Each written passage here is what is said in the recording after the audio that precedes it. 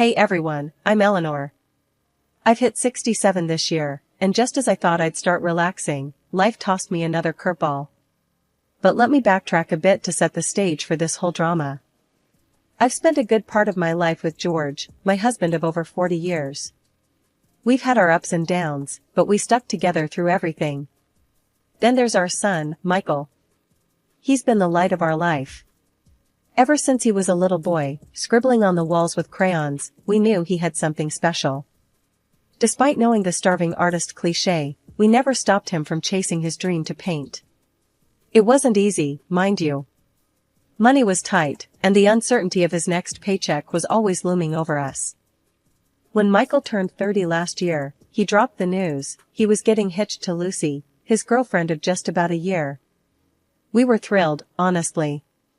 Lucy seemed nice enough, quiet but polite, and she made our boy happy. That was good enough for us. We went all out for the wedding to give them a day to remember. The first hint of trouble came subtle as a sledgehammer. Lucy had her heart set on a ridiculously expensive wedding dress, something that screamed more demand than request.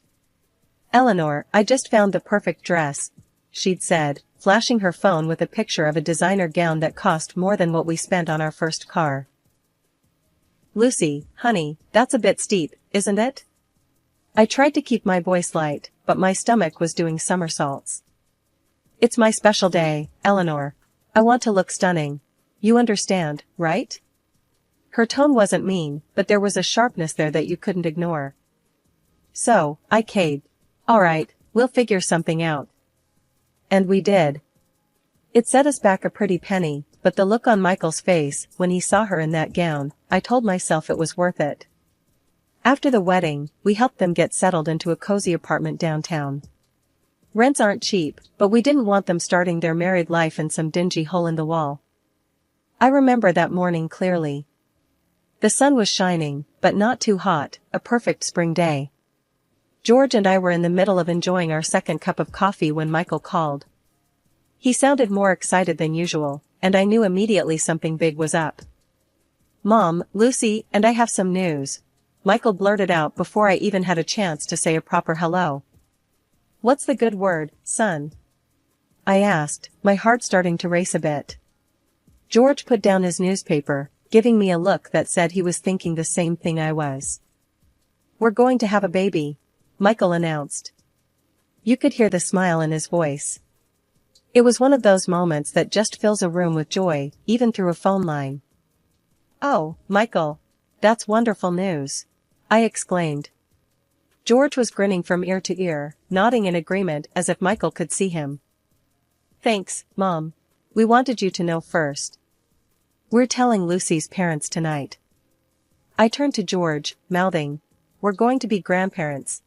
And he just chuckled, shaking his head in happy disbelief.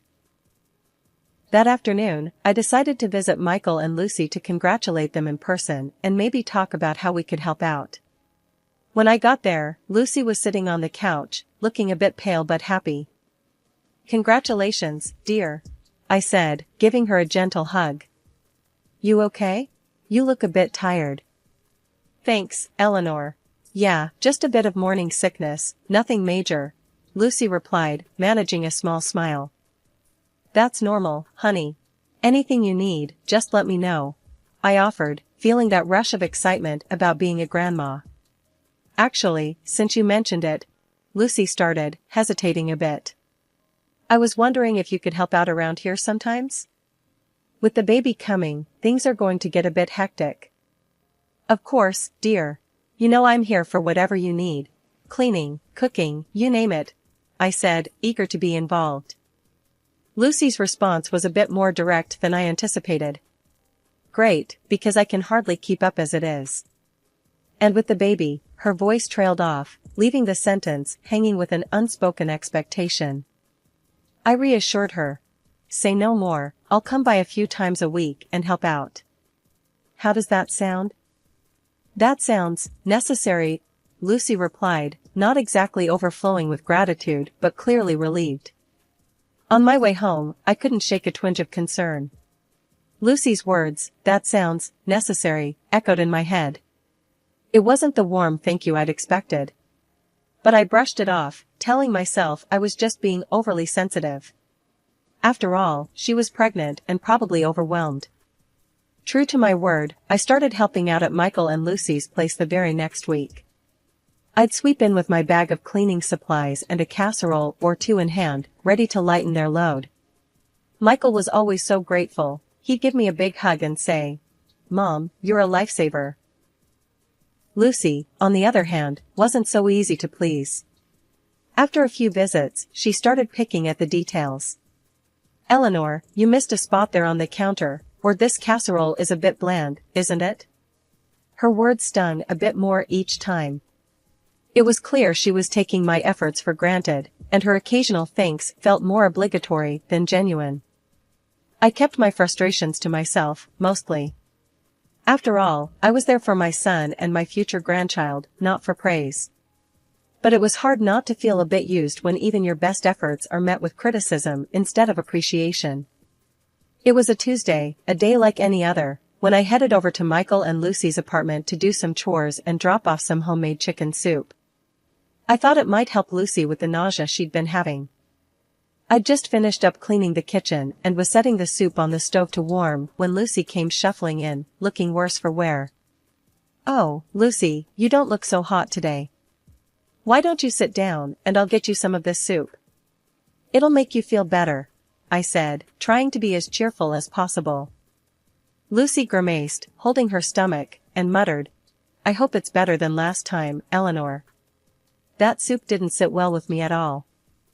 I was taken aback, but kept my tone light. "I'm sorry to hear that, dear. I made sure to use all fresh ingredients this time, just in case." Lucy slumped into a chair, eyeing the pot as if it might bite. "Well, we'll see. Last time I was sick all night. Michael had to stay up with me." Now, I knew for a fact there was nothing wrong with the soup I made last time. But I bit my tongue, not wanting to start a fuss. "Let me get you a small bowl, and you can see how you feel," I offered, ladling out some soup. She took a tentative sip and then another. "It's okay, I guess," she conceded, though her tone was less than grateful. We sat in silence for a few minutes, the only sound being the gentle ticking of the clock on the wall. Suddenly, Lucy clutched her stomach and let out a groan. "Oh no, not again," she gasped, her face twisting in discomfort. I jumped up, my heart racing. "What's wrong? Do you need me to call Michael? Or a doctor?" "No. It's your damn soup. It's making me sick again," she shouted, pushing the bowl away so forcefully it nearly toppled off the table. I felt a flash of anger, but swallowed it down. "Lucy, I assure you, the soup is fine. Maybe it's something else? You've been having morning sickness." "No, Eleanor. It's your cooking. You're trying to poison me or something."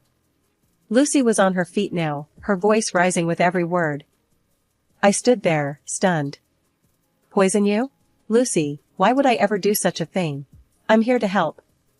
Lucy's eyes were wild, her breathing heavy. "I don't know, but I can't trust you. You and your old-fashioned ways, always meddling. I need you to leave. Now." I grabbed my purse and headed for the door, my mind reeling. As I walked down the hallway, tears stung my eyes. How had it come to this? I'd only ever wanted to help. The day of the baby shower arrived, and I was a bundle of nerves. Despite everything, I was determined to make this a special day for Lucy and the baby. I had spent weeks planning and picking out what I thought were perfect gifts, soft blankets, cute baby outfits, and even a handmade quilt I'd spent nights sewing. "George, do you think she'll like what I picked out?" I asked while packing the car with the gifts. I couldn't help but worry after everything that had happened. George, always trying to keep the peace, gave me a reassuring pat on the shoulder. "Ellie, anyone would be lucky to get your gifts. They're from the heart. Don't fret." We arrived early to help set up. The venue was a pretty little hall decked out with balloons and banners proclaiming, "It's a boy." Michael greeted us at the door, his face lighting up when he saw the pile of gifts we brought in. Lucy was already there, fluttering around and directing decorations with a few of her friends. She seemed in good spirits, which eased some of my tension. "Hi Lucy, need a hand with anything?" I offered, hoping to break the ice a little. She glanced over, a quick once-over that didn't quite hide her impatience. "No, thanks, Eleanor. We've got it all under control. Just enjoy the party," she said, a bit dismissively. Finally, the time came. Lucy sat down, a mountain of gifts around her, and the room quieted down. She started with ours, probably out of courtesy, since we were the grandparents. She unwrapped the first package, pulling out the handmade quilt. I held my breath, watching her face for any sign of approval. "Oh, this is quaint. Thanks, Eleanor," she said, the word quaint hanging awkwardly in the air. The room was silent for a moment, then filled with polite applause. My heart sank a bit, but I kept my smile. "You're welcome, dear. I made it myself, thought the baby might like it." The next gift from us was opened, a set of baby clothes. Lucy's reaction was more of the same. "Cute," she said flatly, barely glancing at them before setting them aside. By the time she got to the last one, the blankets, my hopes weren't high. "Oh, more homemade stuff. Right, thanks." Her words stung, and I felt my cheeks burn. Then, as if the disappointment wasn't enough, Lucy held up the blanket, making sure everyone could see, and announced loudly, "Eleanor clearly has no taste at all. Next time, just give me the money to buy something nice." The room fell silent, and I felt every eye on me. The embarrassment burned hotter than a summer's day. I stood there, rooted to the spot, not sure how to respond. George was at my side in an instant, his arm around my shoulders. "Let's not let this spoil the day," he whispered, though I could hear the anger in his voice. I nodded, swallowing the lump in my throat. "Right, let's just get through this." As the party continued, I felt like a ghost, barely there. Michael came over later, looking embarrassed. "Mom, I'm really sorry about that. Lucy's, well, she's got her own way of doing things." I forced a smile, though it felt more like a grimace. "It's okay, Michael. Let's just focus on the baby." Even with all the tension, I kept going back to Michael and Lucy's apartment to help out. I couldn't just sit back knowing they might need me, even if every visit was harder than the last. It was one of those mornings when I brought back a heap of laundry, freshly washed and dried, ready to be put away. I was folding and sorting everything into the right drawers, trying to make things a bit easier for them. As I was tucking away the last of Lucy's blouses into her drawer, I didn't hear her come in. The door slammed, making me jump, and there she was, staring at me like I'd just robbed a bank. "What the hell, Eleanor? You think you can just dig through my things like it's nothing?" Her voice was sharp, and her eyes were blazing. I put the blouse down slowly, feeling the heat rise in my cheeks. "Lucy, I was just putting away the laundry. I thought I was helping." "Helping? By snooping around my personal stuff? That's not helping, that's crossing the line." She was shouting now, and I could hear the anger boiling over. I tried to keep calm, though it was getting harder. "I wasn't snooping, Lucy. I swear. I do this all the time. I just thought." "Well, you thought wrong. Stay out of my things, got it?" She cut me off, her words slicing through the little piece we had left. I backed off after that. But seeing how she lived started to eat at me. She'd stopped working, spent her days on the couch watching TV shows or shopping online for all sorts of things. One day, curious and a bit concerned, I asked, "Lucy, how are you affording all these new things?" She didn't even pause her scrolling. "Michael's doing really well, selling lots of his paintings online." "We're fine, Eleanor." "That's good to hear, but maybe think about saving some of that. For the baby's education or something?" Lucy laughed, a harsh sound that filled the room. "His education? Please, that's your family's issue. Michael's making good money because he's talented, not because of anything else. You guys owe me, big time, especially since I'm carrying your heir." Walking out of there that day, I felt heavier than I had in a long time. The drive home was a blur of green lights and honking cars, but I couldn't shake Lucy's words. When I got home, George could tell something was wrong. "What happened, Ellie?" he asked, concerned. I shook my head, weary to the bone. "It's Lucy. She thinks we owe her for having the baby. Like it's some kind of business transaction." George's face hardened, and he took my hand. "That's nonsense, Ellie. You know that, right? We don't owe her anything." I nodded, trying to muster a smile. "I know, but it doesn't feel great hearing that from your daughter-in-law." After the baby was born, I thought maybe things would start to look up, that maybe Lucy would settle into motherhood once she held her son. But it just didn't turn out that way. Lucy seemed more irritable than ever and didn't bother hiding it from anyone, not even me. One morning, not long after the baby came home, Lucy showed up at my doorstep, unannounced, with the baby in his carrier. "Eleanor, I need to catch up on some sleep. Can you watch him today? Maybe your place is quieter," she said, her voice edged with exhaustion. I was worried but agreed. "Of course, Lucy. Go get some rest. We'll be fine here." I thought maybe it was just new mother fatigue, but it became a pattern. Lucy would drop off her son at the slightest excuse, saying she needed to meet friends or just to have some me time.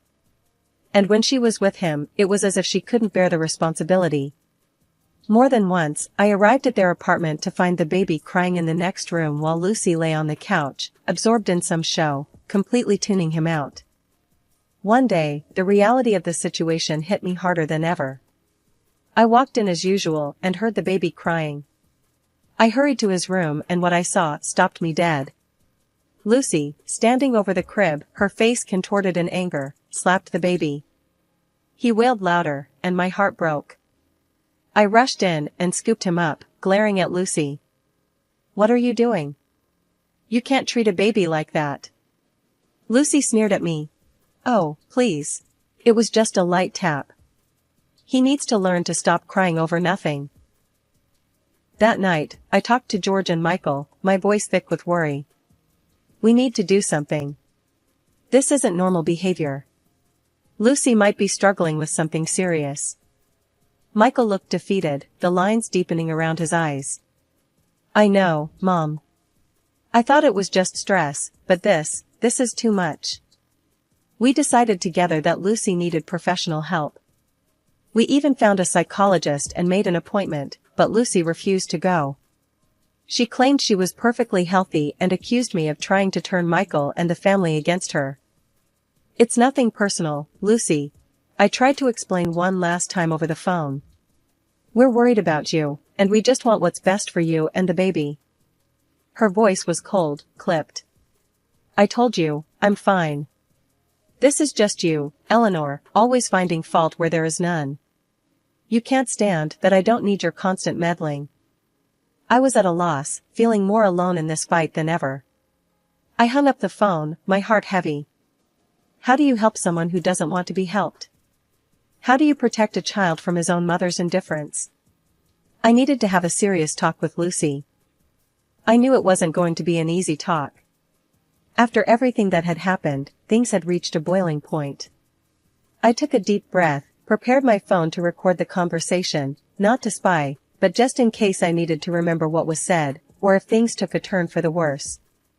"Lucy, we need to have a serious talk," I started, my voice steady. "It's about your responsibility as a mother and how you're handling things." Lucy rolled her eyes, clearly not in the mood. "Here we go again. What now, Eleanor? You going to lecture me on how to be a mom?" "It's not just about being a mom. It's about what's right for the baby. You can't keep threatening to cut us off from him every time something doesn't go your way," I said, trying to keep the frustration from my voice. That's when she snapped. "Oh, so it's like that, huh? You think you can just come here and tell me how to live my life? How about I just don't let you see him at all? How would you like that?" Her words were sharp, and she pulled out her phone, dialing Michael. With tears in her voice, she began, "Michael, you need to hear this. Your mother just hit me and she tried to take your son away from me." My heart stopped. "Lucy, that's not true. Why are you saying that?" She ignored me, continuing her tearful tale to Michael. You need to do something, or me and the baby are leaving. You need to choose, Michael. It's me and your son or them. I was in shock, barely processing what was happening as I heard Michael's confused voice trying to calm things down, suggesting they talk later. Lucy hung up, a smug look on her face. See? You'll never see them again if you don't do what I say. Give me $100,000, or it's over. I was stunned into silence. This wasn't just a threat, it was outright blackmail.